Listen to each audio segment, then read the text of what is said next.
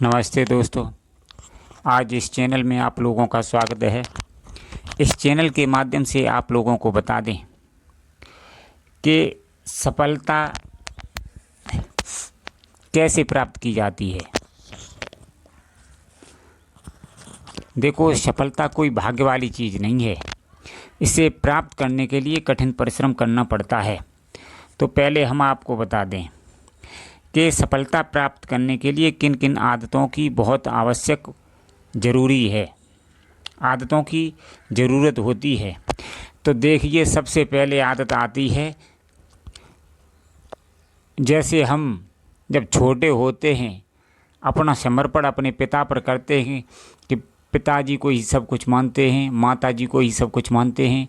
इसी प्रकार अपना समर्पण यानी अपना सब कुछ मानना पड़ेगा परमात्मा को।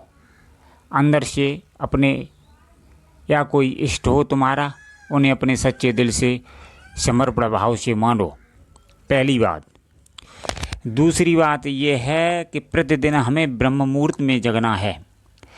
ये निष्कर्षों द्वारा पता चला है, ये हमारे संत भगवान भी कहते हैं कि जो मनुष्य सूर्य उदय होने के बाद जगता है उसकी मानसिकता बहुत गलत हो जाती है, नकारात्मक हो जाती है।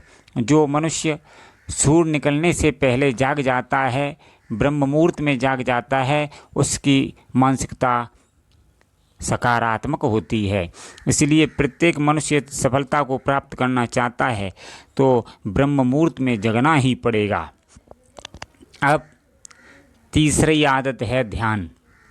हमें परमात्मा का ध्यान करना ही पड़ेगा। ध्यान या प्रभु का नाम वो लेना ही पड़ेगा।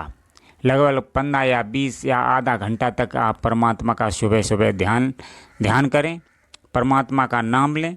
अब ध्यान और नाम क्या है हम आगे वाली वीडियो में बताएंगे, लेकिन हम आपको इशारा ही कर रहा हूँ, ध्यान करो या परमात्मा का नाम लो। उसके बाद आगे की आदत आती है स्वास्थ्य का ध्यान। देखिए, सफलता प्राप्त यदि आपको करनी है तो स्वास्थ्य का भी ख्याल रखना पड़ेगा, क्योंकि हमें प्रतिदिन कठिन परिश्रम करना है तो उसके लिए हमारा स्वास्थ्य भी सही होना चाहिए। उसके बाद आगे की आदत आती है समय का सदुपयोग।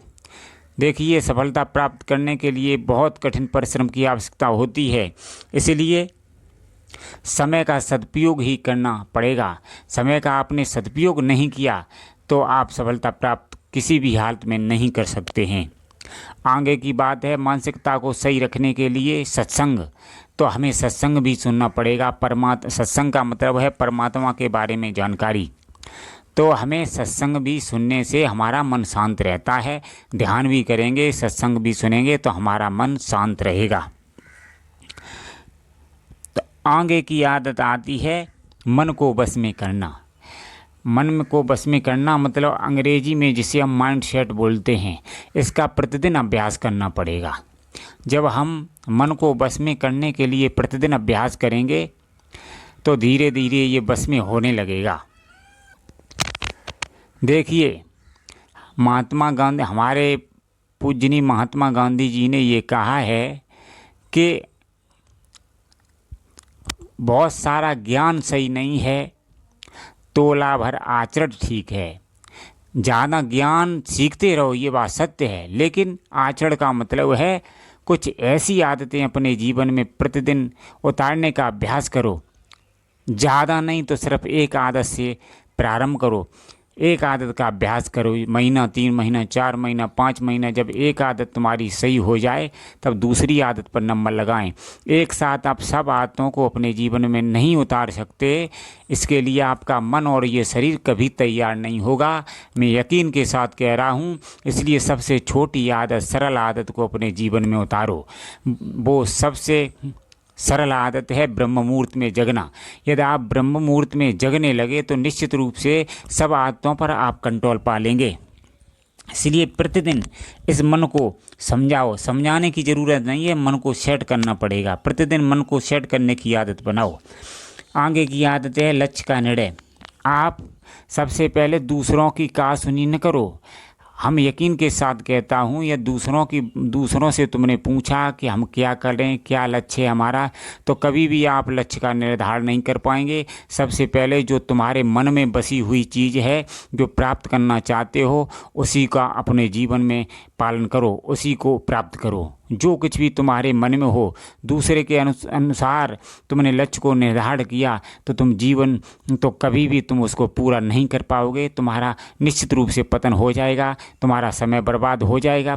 तो मतलब कहने का तात्पर्य ये है, जो तुम्हारे मन में बसी हुई चीज़ है, कोई भी हो, मिस्त्रीगिरी सीखना, साइकिल बनाना, या कोई भी संसार का कोई भी कार्य तुम्हारे मन में बसा हुआ है, उसी को करो और वो ही तुम्हारा सफल होगा। दूसरों को पूछोगे तो कोई कुछ समझाएगा, कोई कुछ समझाएगा, खिचड़ी के पचड़े में पड़ जाओगे। इसलिए सबसे पहले अपने जो मन में आ रहा है, तुम्हारा दिल कर रहा है, बार बार कर रहा है, उसी को अपना लक्ष्य बनाओ और उसी में आप सफल होगे। अन्यथा ये आपने लक्ष्य को छोड़कर लालच के चक्कर में दूसरा लक्ष्य धारण कर लिया तो आपका मन और शरीर ये काम नहीं करेगा। आपका मन और शरीर तभी काम करेगा जब आपके अंदर जो बसी हुई है चीज़, उस चीज़ को पूरा करने में समय लगाओ। लेकिन ध्यान रखना, मैं उन लक्ष्यों की बात कर रहा हूँ जो सकारात्मक हैं। सकारात्मक का मतलब है धार्मिक हैं। धार्मिक का मतलब है ऐसा लक्ष्य निर्धारण करो जिसमें किसी जीव जंतु की हानि न हो, दूसरे को कष्ट न पहुँचे, और वो भी धर्मयुक्त होना चाहिए। ये नहीं है कि गलत कार्य के बकरा काटने में ये अपना समय बिताने लगे, ये नहीं। धार्मिक मतलब अपना लक्ष्य धार्मिक होना चाहिए, धर्म से युक्त होना चाहिए, ईमानदारी से युक्त होना चाहिए। वो लक्ष्य पूरा होता है, उस लक्ष्य के पीछे भगवान की भी कृपा होती है। और गंत लक्ष्य जिससे जीव जंतुओं की हानि होती है, दूसरों को कष्ट पहुंचता है, ऐसा यदि लक्ष्य तुमने निर्धारित किया तो वो कभी भी तुम्हारा जीवन में पूरा नहीं होगा। न तुम्हारा मन साथ देगा, न तुम्हारी शक्ति साथ देगी, न देवों की कृपा साथ देगी, ये कुछ भी साथ देने वाला नहीं। और तुम्हारा यदि लक्ष्य धार्मिक हुआ, दूसरों को फ़ायदा देने वाला हुआ, हम कह रहे दूसरों को फ़ायदा न दो, पहले अपनी फ़ायदा देखो। सकारात्मक होना चाहिए, धार्मिक होना चाहिए, इसमें किसी भी काम भाव का नहीं होना चाहिए। जैसे कैसे किसी स्त्री को बस में करने का लक्ष्य बना लिया, ये तो बेवकूफ़पना के लक्ष्य हैं। इस तरह के लक्ष्य न ही धारण करने चाहिए, न इनके पीछे पड़ना चाहिए। सिर्फ अपना लक्ष्य धार्मिक हो, सकारात्मक हो और ऊर्जा प्रदान करने वाला हो, ऐसे लक्ष्य ही पूरे होते हैं। वो भी पहले अपने दिल में जांच पड़ताल करो, धार्मिक हो, धर्म से युक्त हो, सकारात्मक हो, ताकि आपको आपके लक्ष्य को सहायता करने में परमात्मा की कृपा प्राप्त हो सके। जो धार्मिक लक्ष्य होते हैं उन पर उस पुरुष की देवता भी रक्षा करते हैं, परमात्मा भी रक्षा करते हैं। इसीलिए लक्ष्य सकारात्मक और धार्मिक होना चाहिए, ईमानदारी वाला होना चाहिए।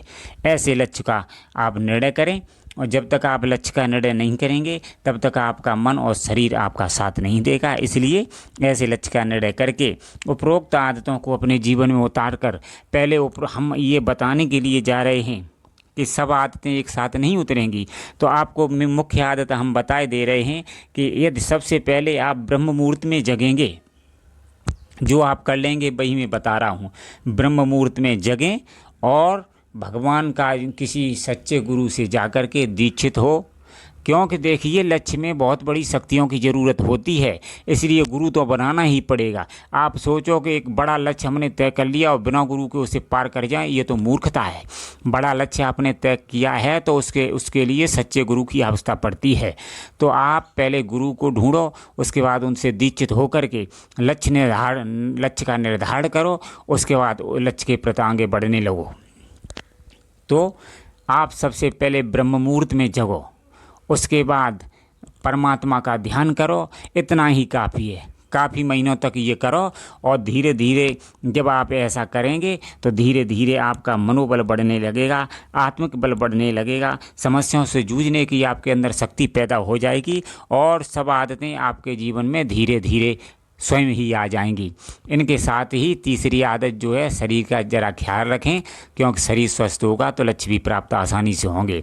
तो ब्रह्म मुहूर्त में जागना और थोड़ा भगवान का नाम लेना, उसके बाद 2 आदतें ये हो गई। तीसरी आदत है शरीर पर ज़रा ध्यान रखना। बस 3 ही आदतें सबसे पहले अपने जीवन में उतारो, कोई कठिन नहीं है। यदि आप प्रयास करेंगे तो उतरने लगेंगी, और यदि आप ऐसा करेंगे तो धीरे धीरे आपका जीवन बदलने लगेगा। हाँ, जब ये आप 3 आदतें जब जीवन में उतारेंगे तो आपकी मानसिकता भी बदलने लगेगी, आपके हाव भाव विचार सब बदलने लगेंगे, और आपके जो लक्ष्य हैं उनके प्रति आपका मन उन पर काबू पाने के लिए उनको आकर्षित करने लगेगा, उनकी ओर बढ़ने लगेगा, आत्मिक बल बढ़ने लगेगा। तब धीरे धीरे आप अपने लक्ष्य को प्राप्त कर पाएंगे। इसलिए मित्रों, यदि मैंने इन आदतों को बताया है तो सबसे पहले ब्रह्म मुहूर्त में जागने वाली आदत, और भगवान का नाम लेने वाली आदत, और शरीर का ध्यान रखने वाली आदत, इन 3 आदतों को ही ध्यान में रखना है। 3 आदतें आप पर न बने तो केवल एक है, ब्रह्म मुहूर्त में जागें और 5-6 मिनट 10 मिनट भगवान का नाम लें। बस इतना तो कर लेंगे। इतना करेंगे तो निश्चित और सब आदतें आपके जीवन में आने लगेंगी, तभी आप लक्ष्यों को प्राप्त कर सकते हैं। अन्यथा लक्ष्य तो आपने तय कर लिया और इन बातों पर ध्यान नहीं दिया, इन आदतों पर ध्यान नहीं दिया, तो आप कभी भी लक्ष्य तक नहीं पहुँच पाएंगे, चाहे आप कुछ भी कर लें। ये सत्य है, अकाट सत्य है, इस बात को कोई नहीं काट सकता है। मैं काफ़ी वर्षों के बाद इस निष्कर्ष पर पहुंचा हूं। इसलिए यदि आप इस खोजबीन में रहेंगे तो आपका भी काफ़ी समय बर्बाद हो जाएगा, आप कुछ नहीं कर पाएंगे।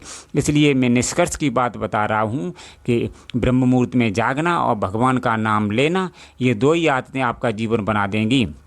लेकिन गुरु अति आवश्यक हैं, इसलिए इन 2 आदतों को अपना करके और गुरु को धारण करके जीवन में और आप लक्ष्य की तरफ आगे बढ़ें तो निश्चित रूप से आप अपने लक्ष्यों को प्राप्त कर लेंगे। ये सत्य बात है। धन्यवाद मित्रों।